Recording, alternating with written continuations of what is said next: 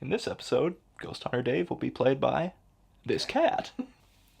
Hello there, Internet. Detroit to the Max Extreme here. And I'm Ghost Hunter Dave. Together, we are IMPERIUS REX. That's right. Our dulcet, quiet tones match what we're talking about today. That's right, Troy. He went off script. I went right for that big climactic gut punch. Which is still very subdued. It very much is. Today, we are talking about Sabrina. That's right. A little indie darling came out last year. Mm-hmm. Got the acclaim of quite a few ears and eyes. That's right. You need them both. Well, really just one pair of the one. A word of mouth about, hey, did you hear about this book, Sabrina? Yes. The Ears. Teenage Witch? No. Oh, then no. But we're going to talk about that regardless. So enjoy.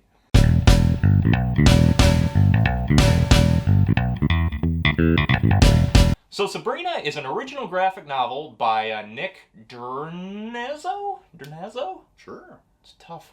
They need a vowel in there. Need another vowel. You need those ears that I was talking about before to really hear the word. That's right. You don't want to embarrass yourself on your YouTube channel. That's right. Because now we're starting to get people that are trying to attack. But anyway, this was published by Drawn and Quarterly last year, 2018. So this is a story of the murder of a woman named Sabrina, which spawns various conspiracy theorists all across the media to look into it, pick it apart, impact the lives of all those surrounding her, and really just kind of throw you for a loop. Yeah. Not quite sure what to make of this, where it's going, but there's just this general paranoid feeling of unease throughout the entire book. Yes. Very well put, Dave. Thank you. I'd just like to congratulate you for your terrific opening. Thank you. When we were doing the reading for this, I was kind of live updating you on where I was, because of course I'm down to the wire again. Always. You're hot off. I finished this last night, but as I was giving you my update, I was only maybe 40, 50 pages in. Right. It's about 200. Yeah, and I was not into this book at all. Like, until that point, they have done nothing. Right. Literally nothing in this book. It's been two groups of people just chatting about anything or nothing. Whatever's the most uninteresting topic, that's it. That's what they're talking about. Yep. Until the shoe drops where a certain character starts listening to a radio, that's when it really kicked in to be interesting for me. Because I went in this knowing nothing. And the current political undertones of this really resonated a lot. Yes. Near the last half of this book. Absolutely. It is, it's not a fun or enjoyable read, but it seems very relevant. Yeah. And you can't help but, like, get sucked into it. Yeah. Because it is such a reflection of, like, the media and society today. Yeah. And even down to the fact that, like, the art style is very bland and generic. And I feel like that works in its favor because it's just like, it's such a facsimile of what we're used to seeing on TV where these real life tragedies are happening, but we have no connection to any of them. Yeah. And they're just interchangeable. Yeah. So it's like all these characters are just like placeholder tragedy victims. Yeah. And you get, like, so removed from them that you don't even get a whole lot of emotional impact out of them. Right. They're just kind of players in a scene. Yeah.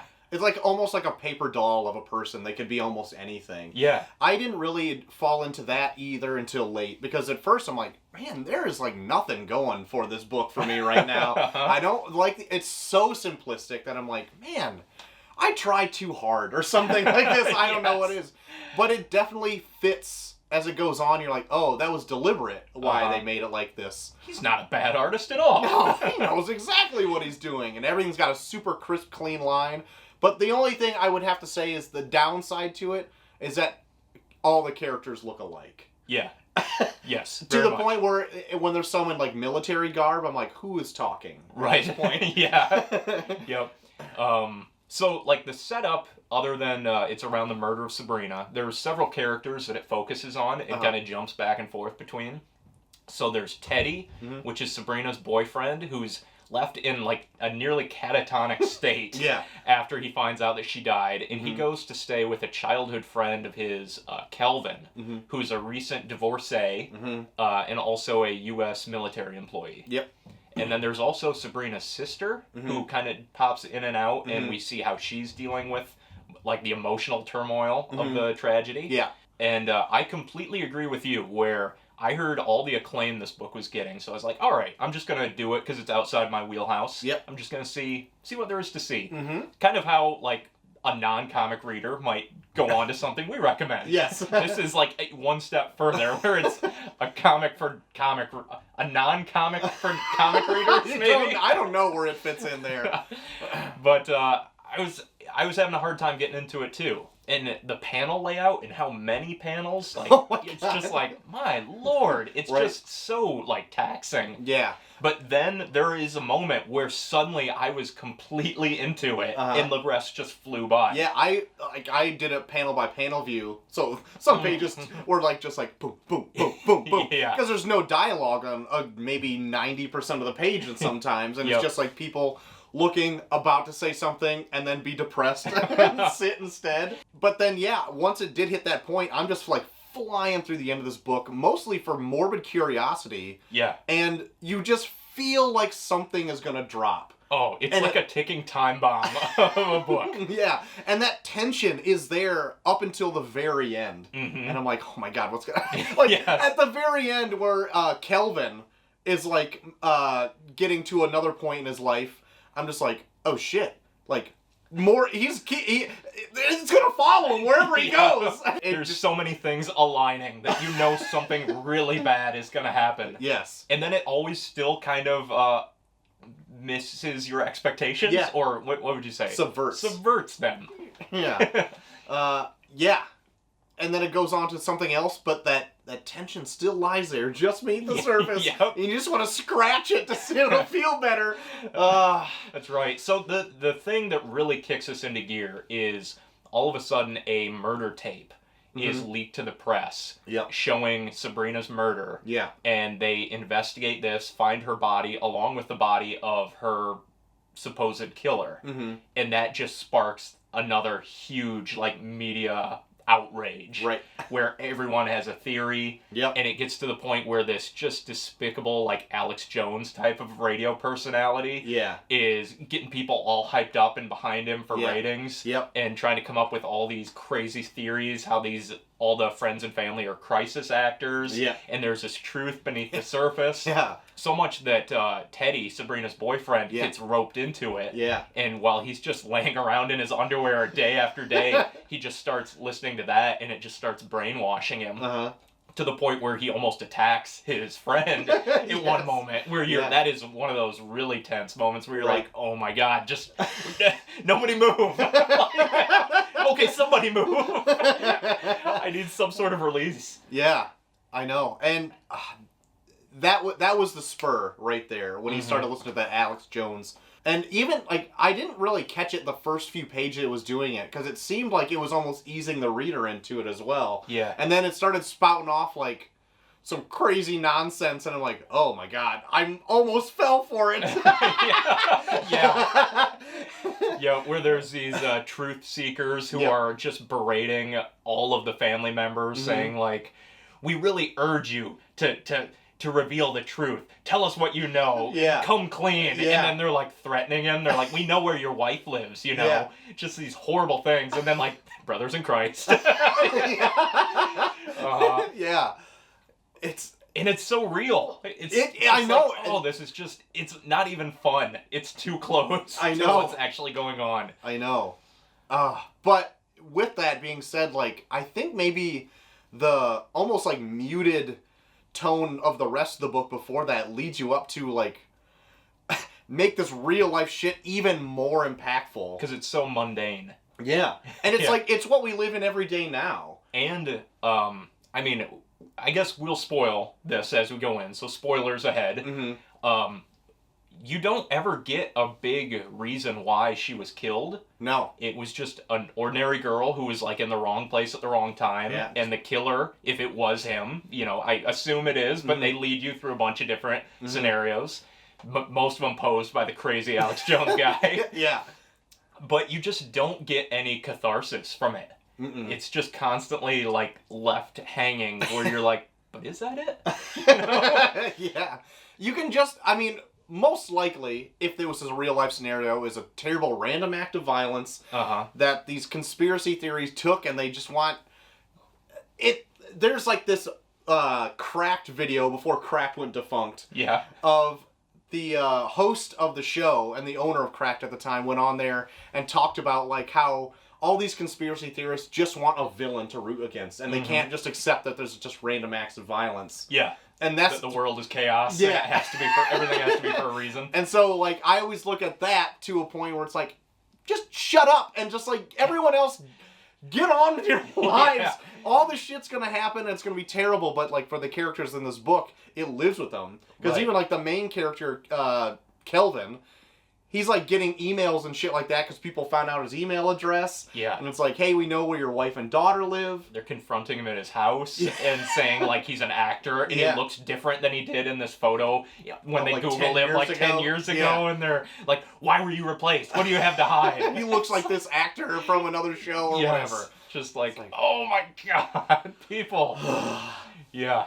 That is the point where, like, some people might have a really hard time with this because it is, like, it's not even really entertainment. It's more like a documentation drama of real-life scenarios. Right. You know, like, it was, I'm sure so much went into it, but I feel like it wouldn't be hard to write because there isn't anything in this that is different than you see on a day-to-day basis. Right. Yeah.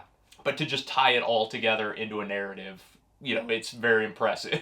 Right, and how it affects everyone that's all tied to this one person. Yeah, can you imagine losing a loved one and then all these assholes are just berating you, saying you're in on it, and it's all this, like, joke where you're like, I'm just trying to mourn, you know? Yeah. The reason I haven't been out and just been, like, talking to everybody is because I'm pretty sad. Yeah. Yes. Yeah. But yeah, that's the general tone that this book takes. And I could see why it caught on with, like non-traditional comic readers. Definitely. Because it is, like, a good play on today's world events. Right, and it's a great example of, again, like, what comics can be. They aren't all superhero stuff. Right. The fact that it has this very unique, subdued art style, I think really helps because you don't get any more emotion than what you put into it. Mm-hmm. So you're never, like, being pandered to, where, like, someone's just, like, you know, Bambi doe eyes, really feeling it. Like, you feel as bad, or the characters feel as bad as you expect them to. Yeah, even when they're both just sitting there and like, I'm depressed. Yeah. Yeah. Because it's all so internal. Yeah. You know, like, everything they're dealing with, it's just, you see, like, all this shit going in their mind while they're just, like, blank faces. Like, oh, God. Yeah. People trying to hold it together. For sure. This won a ton of awards, including being the first graphic novel ever nominated for the Man Booker Prize, whatever that is. Yep. Apparently it's a big deal. Yep. Made several best of 2018 lists, including the Washington Post, NPR, Newsweek, and The Guardian. All respectable publications. Yep. GQ called it the first great work about our current age of disinformation, paranoia, and fake news, which I would say is spot on. And IO9 called it a powerful document of emotional catalog, giving a glimpse at the quietly awful, imploded lives left behind by overheated socio-political discourse. Yeah. It's a mouthful there. I can't believe I got it in one, but that's also right on. Now, we mentioned before, like, there's a lot of non-dialogue in this book. Yeah. A lot of what's going on is just kind of silent. But I really like that it paces out almost like a really, just like a dour scene in between, like, Timmy and Kelvin. Like, just sitting in the living room. Where he's just sinking into the couch. Timmy is just almost like non-existing. So depressed, not even almost speaking more than just like, And he's just trying to get anything out of him. And then there'll just be like 9 panels of them just kind of like looking at each other, sitting there. trying to like find something else on TV to break the tension. It's so uncomfortable. Yeah. You feel so bad for Kelvin, who's Yeah. trying. Yeah. But at the same time, like, their relationship is so weird, because they haven't seen each other since, like, school. Right. And it's been years, and then all of a sudden, like, Tim asks him if he can come and live with him to kind of recuperate. But he's just, like, a nothing when he's there. You know, he's like a ghost. Yeah, and it made it seem, too, that they weren't even really the best of friends. No. It just happened to be a guy I know, and now I'm here. Could I stay here? Yeah. Kind of like that cat that was here. He's just a total cat person. A fun little fact in this, too, once Timmy is getting more into the radio show, like the paranoia is setting in. I also like, too, that he goes out to the garage and sees, like, that Kelvin's like a doomsday prepper and all that kind of shit, too. And I'm like, oh shit, now where's the shoe gonna drop on this? Yes. It's just like these little bits of info that you keep going and going and going. Yep. He gets like the knife, doesn't he? From the garage? Yeah.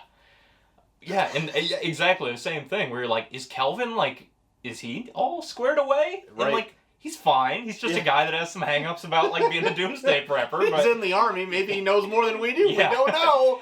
Oh, and then I thought the most unsettling thing was there's a kind of a back and forth where Kelvin is going to get a promotion and one of his colleagues also wants it. And they kind of fight. They don't fight. They have like a good-natured kind of tug of war on it before Kelvin finally decides like, yeah, I'll take it. Yep. And then he goes down to like this basement area of the base in this creepy like library catacombs. Yeah.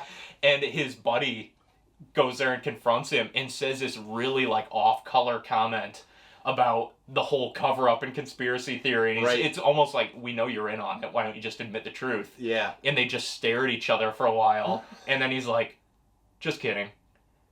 And then they like kind of walk away. And then you're like, wait, what? Yes. That was probably the most uncomfortable that I ever was in the entire book. Yeah, you're right like, there. is he gonna kill him? That's Like, what is too. going on? He tricked him to go down there to check something that wasn't really broken so he could go confront him down there. Yeah. And then he starts spouting off this weird, crazy conspiracy. Basically, like, just, like a regurgitated Alex Jones garbage. Yeah. Like the tirade. And he's like, are you really ready for this job? Because this is what it's going to entail when the government asks you to illegally kill somebody. Yeah. It's like, do you have the stomach for that? I don't think you do.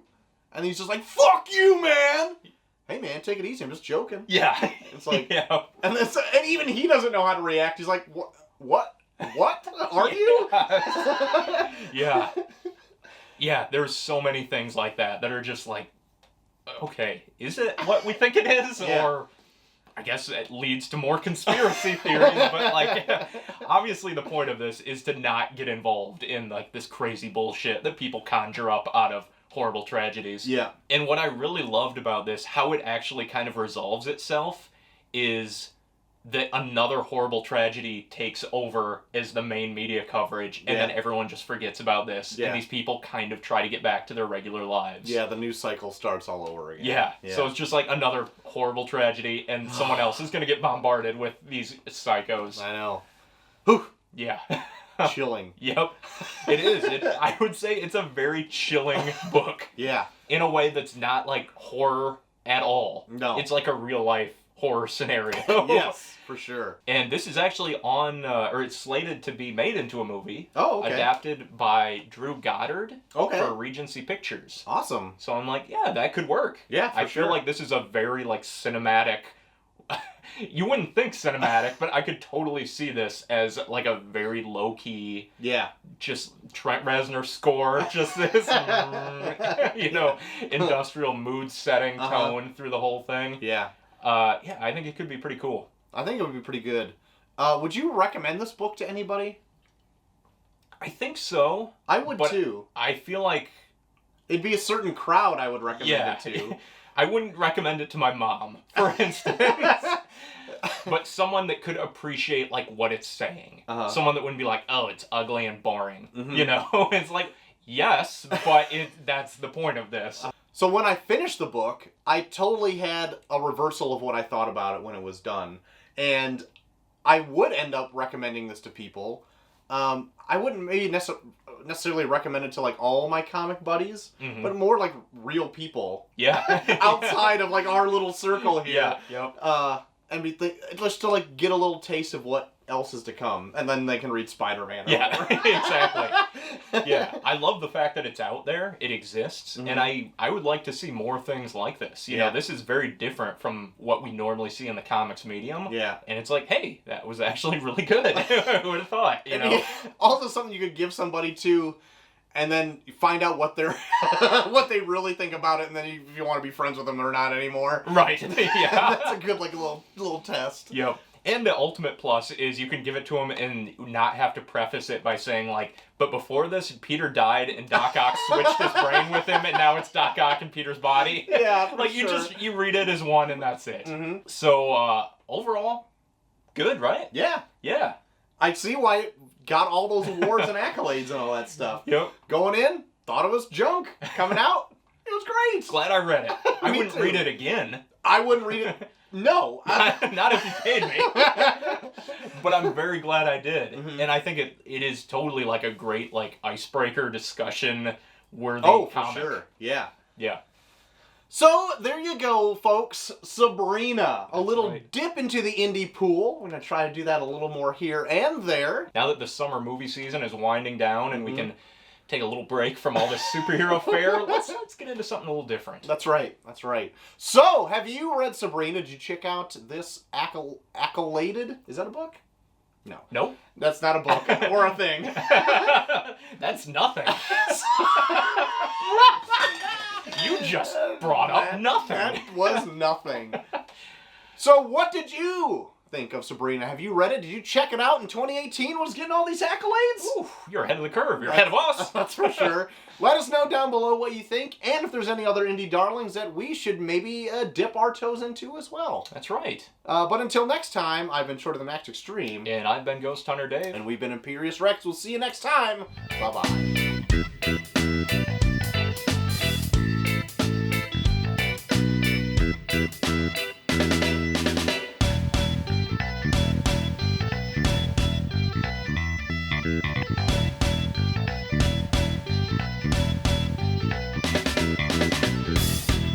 That's meowy.